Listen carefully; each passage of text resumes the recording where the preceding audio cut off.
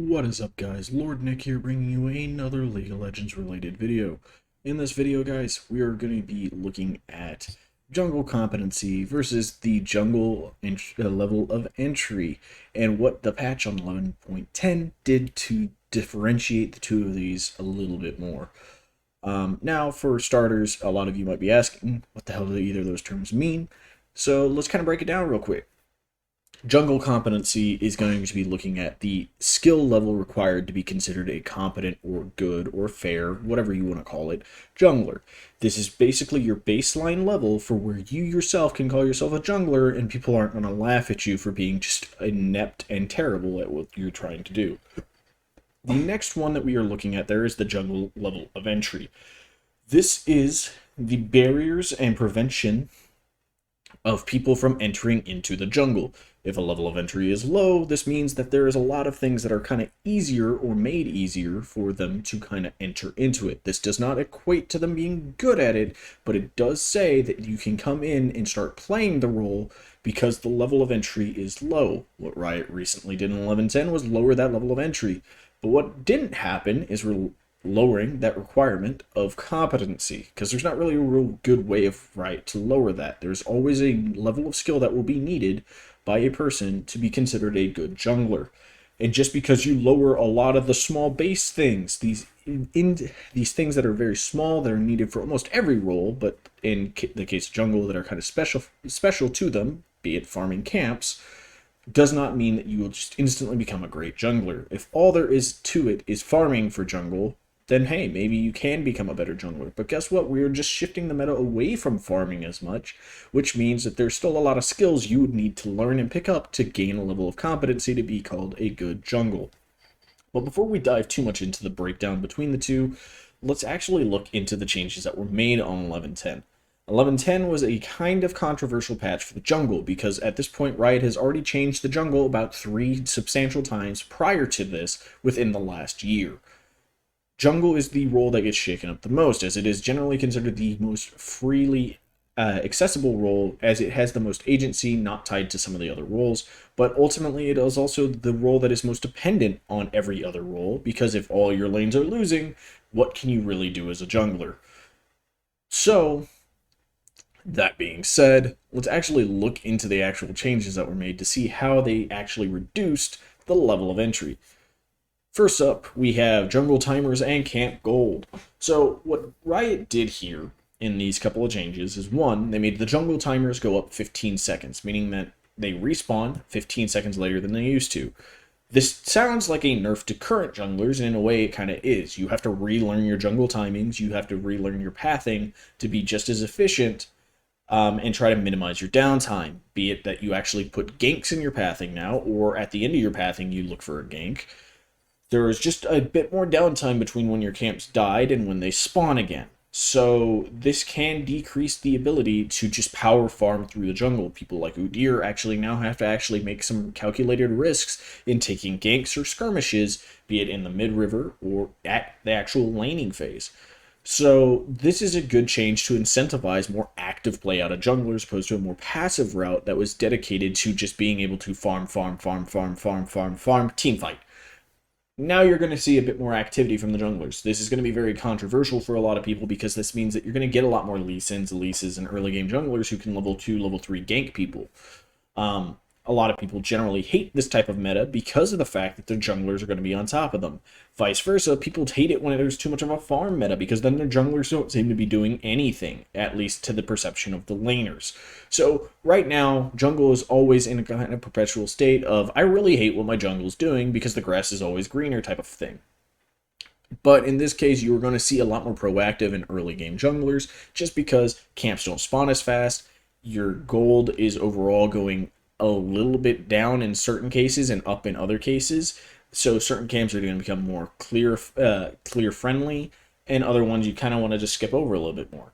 So, and then on top of that, they're also reducing an indicator. The indicator means almost nothing to anybody. This indicator was used to kind of tell you, hey, you should start thinking about leaving to go to that camp if you were ganking or staying in a lane too long.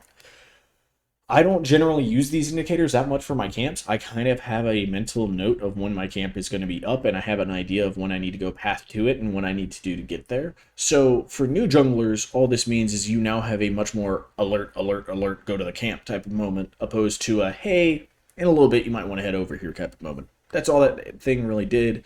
But as for the respawn timers, it just incentivizes people to gank more.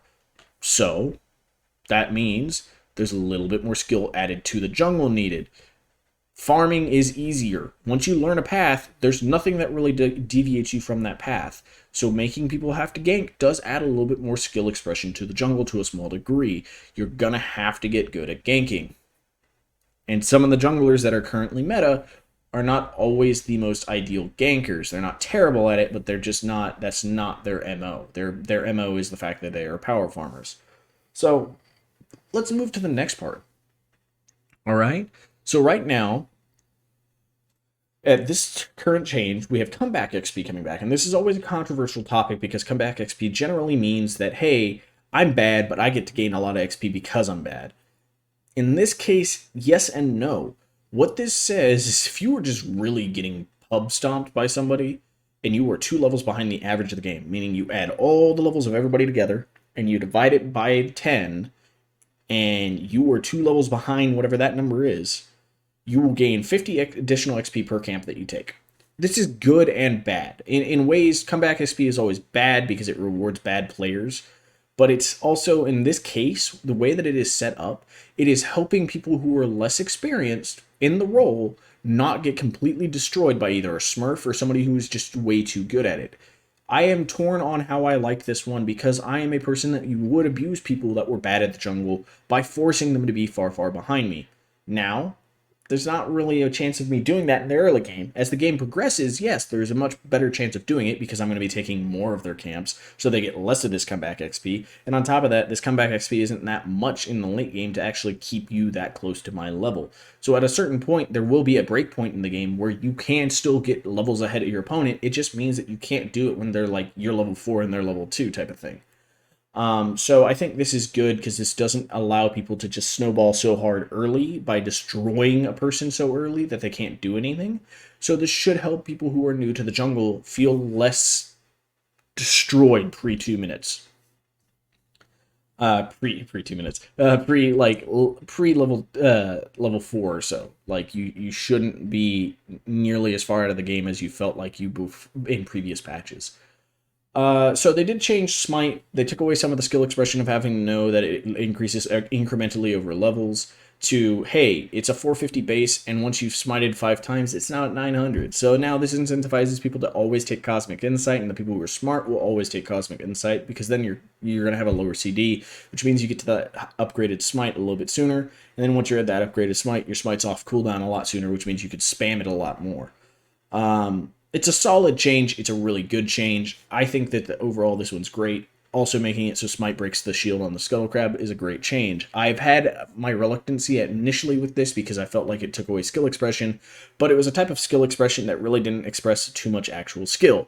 Hey, if I could out-farm you and out-path you, and cool, I'm higher than you, cool, I know my routes better than you. I have better knowledge than you. That doesn't mean I'm actually that much more skilled than you at the game. It just means that I have an application that you don't have. So if you were brand new to the role, this is a great change because this prevents you from falling too far behind. We'll get back later to why this is also a bad change, but for now, it's a good change. Omnivamp survivability changes. So we lowered the Omnivamp, but increased the heal you get from your Smite. Well, your Smite's already higher, and your percentage is going up, which means you're healing a ton more from Smite, and your Omnivamp's only going down by 2%. It's still staying at 8%. All around, this just means it's easier to survive in the jungle. This is a solid change in general. I don't think anything about this particular change is terribly bad. I think this just allows for a lot more accessibility from a lot of different type of numbers, of types of different junglers and stuff like that. You can see Trundles, Nocturnes, Sejuanis, all types of different junglers coming through, just playing the game again because now everybody can get through the jungle easily. Lastly, we have a change to the damage done by camps, to the health by camps, and to the jungle go by camps. So all the camps went up a little bit in health. Or at least Blue Sentinel, Scuttle Crab, and Brambleback, I think. Yeah, Bramblewood. So the 2 buff camps and Scuttle all increased in health a little bit. Everybody else went down in damage. Every single camp went down in damage. That's it. I mean, everything went down in damage. They adjusted gold to give a little bit gold back because they realized they nerfed it a little bit too much previously. So you get a little bit more gold. Everything's easier to kill because they don't do as much damage. They might take a little bit longer to kill, which they probably won't because it's not that much of a health increase. So all in all, jungle in general is easier to clear. So now let's talk about how this affects jungle in the entirety of it. Why is all these changes kind of a good thing and kind of a bad thing? So there's a lot of junglers who will argue that changing the jungle to be easier is always a bad thing because it's just going to allow a lot of bad players to get into the role and it's going to make a lot more people hate the role. In general, this is somewhat true. If your jungler is brand new to the role, and even though they're clearing quite well, they can't efficiently gank, they can't efficiently obtain objectives, they don't have good ward placement, they don't understand how to track, there's a lot of skills that they could be missing. Just because they can now clear the jungle easier makes them feel they are a jungle. This is that level of entry we're talking about, right? Level of entry is generally gate-kept by how well you can clear the jungle. Well, the jungle is a lot easier to clear now, so you're in. You're in the club now. You've paid for your Chuck E. Cheese membership, but you are still not allowed in the fucking ball pit. Because guess what? You kind of shit the bed here, man. Like, your pants are full of shit. You can't actually do the things that are a jungle. You're full of yourself, and you need to get changed up real quick before you can actually come and hang with the rest of us. You need to learn how to be a jungler. These changes make it easier for you to be able to clear and keep speed with the enemy jungler. But if you have no idea what you are doing in terms of how to gank, where to gank, why to gank, who to gank, doesn't matter that you can gank if you don't know these four concepts. And then on top of that, if you don't know why to take an objective, where to take it, which objective to take, and how to take that objective efficiently, and how to set up for that objective, you can't answer these questions either, then you're not in a good spot either. And if you don't know where to ward, how to ward, and who to ward, those are all kind of weird. It's just how to ward, I guess. But you're also not going to make a good impact. Yeah, cool. You can farm with the big boys now. What does that really gain you if you can't actually play the role? So, level of entry is low. Competency is high. This allows for there to be a giant gap that's actually going to disincentivize a lot more players. Because now they're coming in and they're like, well, this is all my junglers ever do. But you don't see the small things that your jungler does. You don't understand these things that your jungler does that you couldn't understand even while you were in the lane. You just see them farming. Because most of the time, a jungler looks like all they're doing is farming. Even though they could be making a gank topside, they could be looking here, they could be deterring a gank from somebody, they could be doing a skirmish that prevents you from getting hurt in lane. There's so many small things that you might not see that your jungler does, and then now you're moving into the jungle role, and you didn't see these things, you don't understand these things, you don't have a concept of these things, but now you know it's easier to clear your jungle, but all of a sudden your teams are losing, and you don't want to think it's you, but it is you, because you don't know what you are doing. But you think you do because the level of entry is low. That's a problem that Riot is now setting a precedent for. The reason jungle is always so daunting for people is because it is a very difficult role. A lot of people don't want to admit that it's difficult because skill-wise, people think skill expression is explained only through like slayers and skirmishers and assassins, right? Like this idea that assassins are the skill, the thing that proves skill. If you could play an assassin really well, you're a skilled person. So when they move to the jungle, they want to play Kha'Zix and Rengar and shit like that. And then they get their asses kicked because they don't know what they're actually doing with them and how to make them efficient at what they're supposed to do. Yes, you can be skilled if you're a good assassin because that's all assassins take is hard, raw, mechanical skill. But jungle requires a lot of knowledge and a lot of understanding and a lot of thought process and five-heading. Just because there are mechanical junglers in jungle does not mean that all of jungle is just mechanics. There is a neutral game. There's the act, like I've said, there's the ability of understanding the fundamentals of ganking. There's the idea of being able to counter jungle and take away your opponent's camps and when to do this and when to trade objectives and when to get an objective. There's so much more to jungle than what the eye sees. The eye test sees a guy that's just running around killing monsters and then occasionally shows up to somebody else's lane. Not your lane ever, by the way. It's never to your lane. They never help you, but they'll help other people sometimes. And sometimes they don't seem to even be helping other people. but they're never on your side of the map, so it's always their fault that you lost your lane because the enemy jungler sat in your lane. But you don't understand why the enemy jungler sat in your lane and why your jungler couldn't sit in your lane. You don't. That also falls to a lack of understanding for the game as a picture. Meanwhile, junglers have to have that as a base level to be competent at their role. So the interesting aspect is jungle is macro oriented more so than any other role. Other roles have some macro to them and some mechanics to them specific to their lanes, but they are tunnel vision on their lane. The jungler has to be perceptive of the entire map and understand, try to guess where they think the game is going. You have to be able to make this determination in a split second as well. So you're asking a lot for a person to go from, I don't have to think about anybody other than myself, to now having to think about 3 other lanes of 4 other people and who the hell is going to help you. As much as you want to be the carry still, because there is the thing as a carry jungler, you still have to be perceptive of the other roles. And these type of changes don't help you in making that a reality.